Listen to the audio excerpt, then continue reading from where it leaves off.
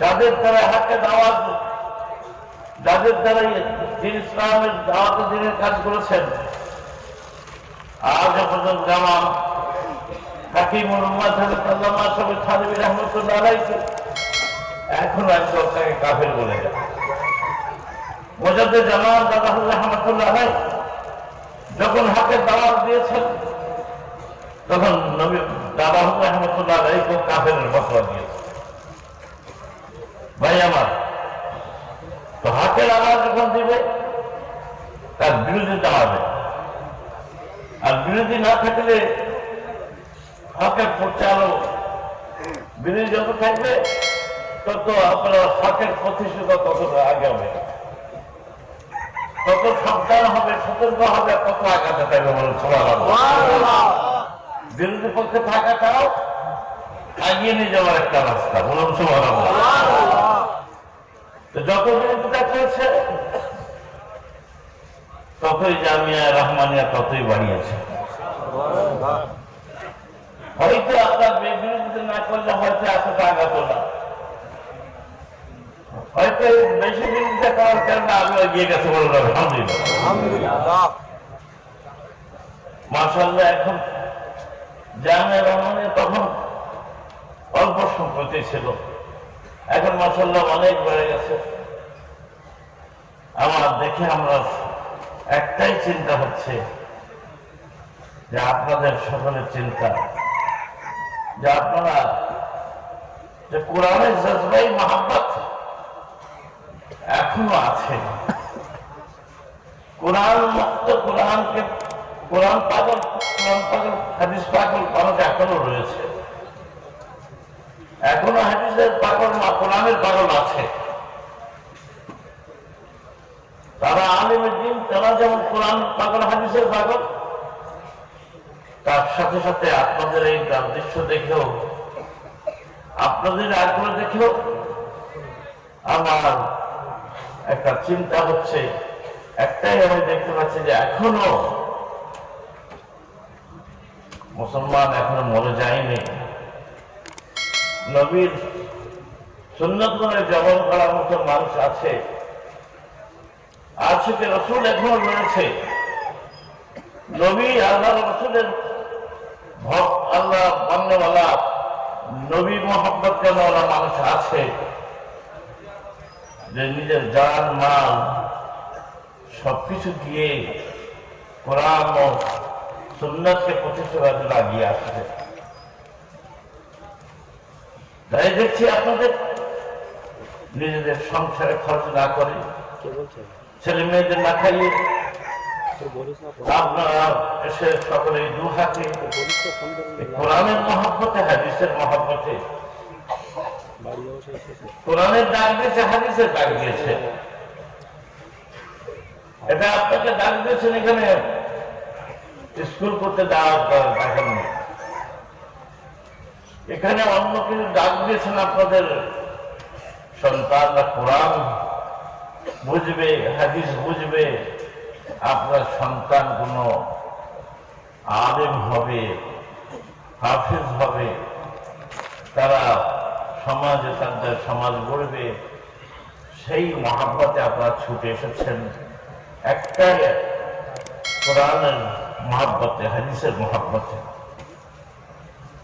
আর এই হাদিস কোরআনের মহাব্বতে আপনার দু হাতে দান করেছেন। কিসে দু হাতে দান করেছেন? কোন মানে মুফতি সাহেবকে দেওয়ার জন্য নয়, কোন আলিমকে নয়, আল্লাহ রাসূলের কোরআনের দান, কোরআনের জন্য, হাদিসের জন্য দিয়েছেন। দিনই ইলম শিখবে তার জন্য দিয়েছেন।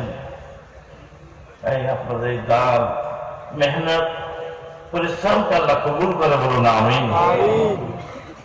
অল্প দিনের মধ্যেই আপনারা যেভাবে সাড়া দিয়েছেন, যেভাবে পিছনে আপনারা ছুটে এসেছেন, আমি আশা করি আপনাদের এই দান, মেহনতকে আল্লাহ কবুল করে। বলুন আমিন।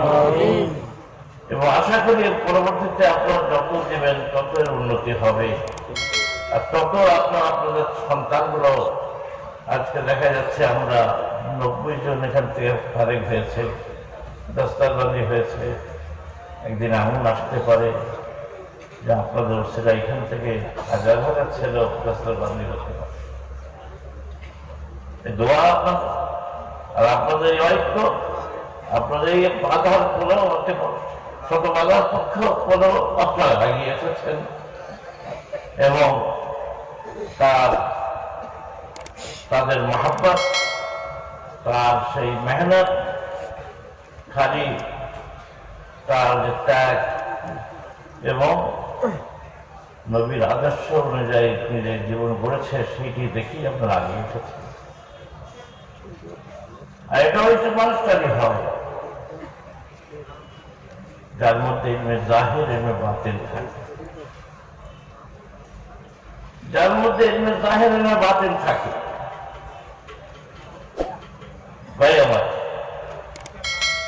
যত নায়েবে এসেছেন, আল্লামা রুহুল আমিন সাহেব আলেমও ছিলেন, বাতিনি আলেমও তার ছিল, জাহির ইলমে বাতিন। আল্লামা মুজাদ্দিদ জামান দাদাউল্লাহ রহমাতুল্লাহ আলেমও ছিলেন, আবার তিনি বাতিনি ইলমে তাসাফুল আইনাতিন ইলমে জাহির ইলমে বাতিন। আল্লাহ যাদের একজনের খিদমত নিয়েছেন তাদের এই দুই পক্ষেই তাদের থাকা থাকে। তার মানে ইলমের যে একটা আমৃত্য ভাব এসে যাওয়া সম্ভব। তো মাশাআল্লাহ আমাদের হযরত আল্লামা উস্তাদুল উলামা হাফেজ মুফতি আব্দুল কাইয়ুম সাহেব, তিনি উভয় দিকটাই তার মধ্যে আছে। বলুন আলহামদুলিল্লাহ, বলুন না আরে তাকবীর। তেমন তিনি যেমন একদিকে হাদিসের পড়াশোনা করেছেন, মুহাদ্দিস মুফাসসির মুফতি পাঠ করেছেন, যেমন একদিকে জাহিরি ইলমে মুকাম্মেল হয়েছেন, তেমন তিনি অনেক আলেমরা বাতিল ইলম থেকে অস্বীকার করেন, কিন্তু সেদিকেও তিনি যথেষ্ট মেহনত করেছেন বাতিনি ইলমে। এবং শেখুল মাশায়েখ মুফতি বাংলা শাম আলা হযরত মির্জা হুজুর রহমাতুল্লাহ আলাইহির কাছে ধারাবাহিকভাবে তিনি ইলমে বাতিনি শিক্ষা নিয়েছেন। ভাই আমার, অতএব আমি মনে করি তার দ্বারা যেমন আপনার সব সন্তানগুলো মুহাদ্দিস হচ্ছে, মুফাসসির হচ্ছে, সন্তানগুলো যেমন আপনার কাছে থেকে আপনার আলেম কারি হাফেজ মুফতি হচ্ছে, আমি আশা করি আপনারাও তার যেভাবে মহব্বত করেন, ভালোবাসেন, তার সাথে যদি আপনারা আপনাদের জীবনটাও কোরআন ও সুন্নাহ করতে পারবেন এবং শরীয়তের সাথে তার সবকে আশা করি আমি তার কাছে তরিকাতেও সবকটা নিতে পারবেন। আল্লাহ সে যোগ্যতা তাকে দিয়েছেন, বলুন আলহামদুলিল্লাহ।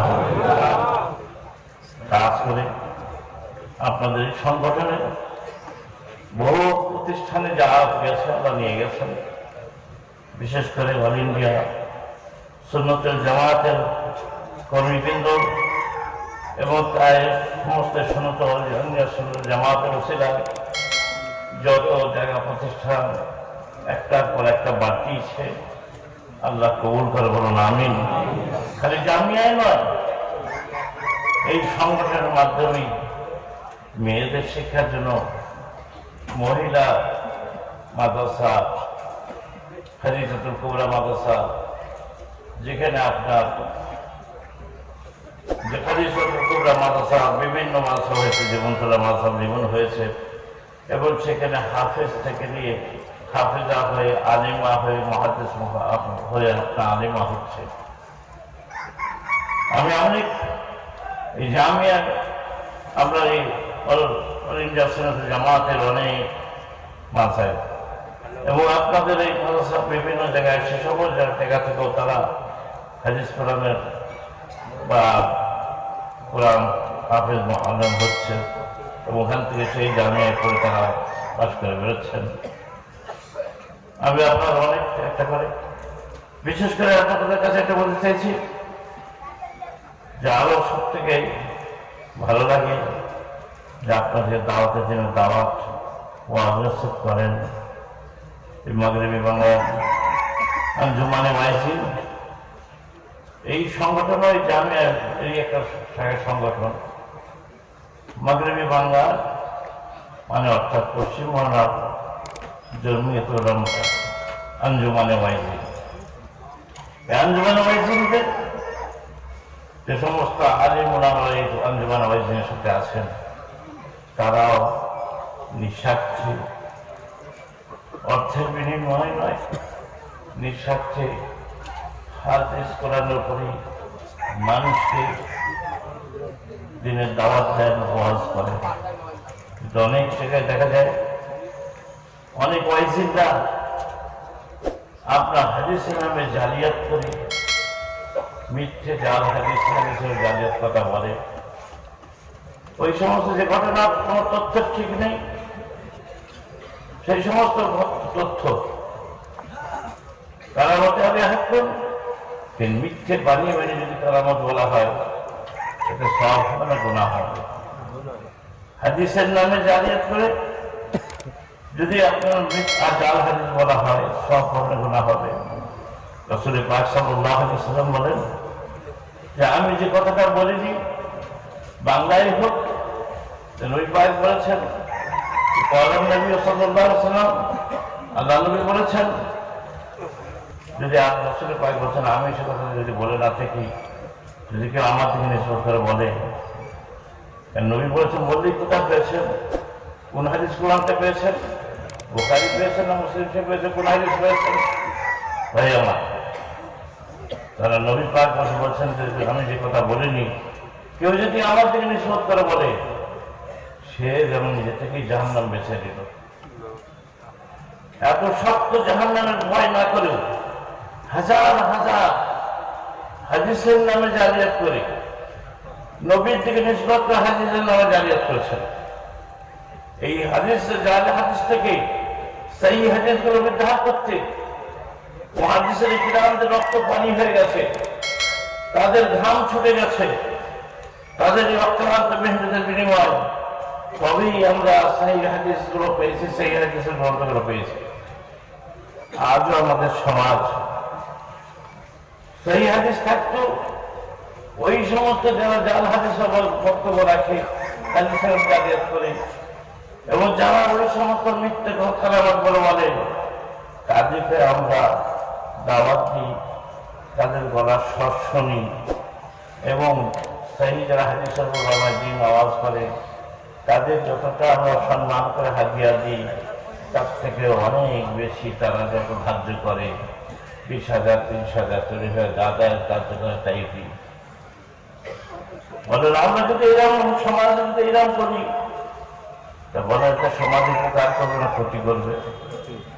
আজকে সমাজে এত ওয়াজ নসিহত হওয়ার পরেও আমরা পিছিয়ে পড়ার এইটার একটাই মূল কারণ যে যারা সত্যিকারের মুহাদ্দিস মুফাসসির আলিমে দ্বীন তাদের ইজ্জত রাখি, তাদের ওয়াজ না শুনে ওই সমস্ত ন্যাজ নেই ঠ্যাং নেই যত কিস্সা কাহিনী, যত হাদিসের নামে জালিয়াত করে বলে তাদের কথা শুনবো, আর তাজিমের সম্মান আমরা বেশি বেশি করে সম্মান দিয়ে হাজার হাজার টাকা দেবো, 10,000 20,000 40,000 টাকা দেবো, এতে আমাদের সমাজ উপকার করবে ক্ষতি করবে? অতএব যত আগাবে সমাজে যত মুহাদ্দিস মুফাসসির তৈরি হবে, যত আকামে আলিম উলামা তৈরি হবে, যত জামিয়া থেকে যত এই সমস্ত ছাত্ররা আলেম হয়ে পড়বে, সেই হাদিস যত প্রকাশ পাবে ওই সমস্ত তাজিমের জ্বালা ধরে যাবে। যখন মানুষ সেই হাদিস পাবে তখন তাদের যখন চোখ খুঁজবে তখন তাদের বিরুদ্ধে যখন আসবে তারা উঠে পড়ে লাগবে। আমার সংক্ষেপ বক্তব্য আপনাদের কাছে যে আমার এই আপনার আঞ্জুম মাগরিবি মানে আপনার আঞ্জুমানে ওয়াইজিন তারা কিন্তু সেই হাদিসগুলো দিয়ে আপনাদের কাছে ওয়াজ করেন। আল্লাহ তাদের ত্যাগ মেহনত সমাজে যে তারা মেহনত করছে আল্লাহ কবুল করে, বলুন আমিন। শেষে আমাদের আপনাদের কাছ থেকে এটুকুই বলি যে আপনাদের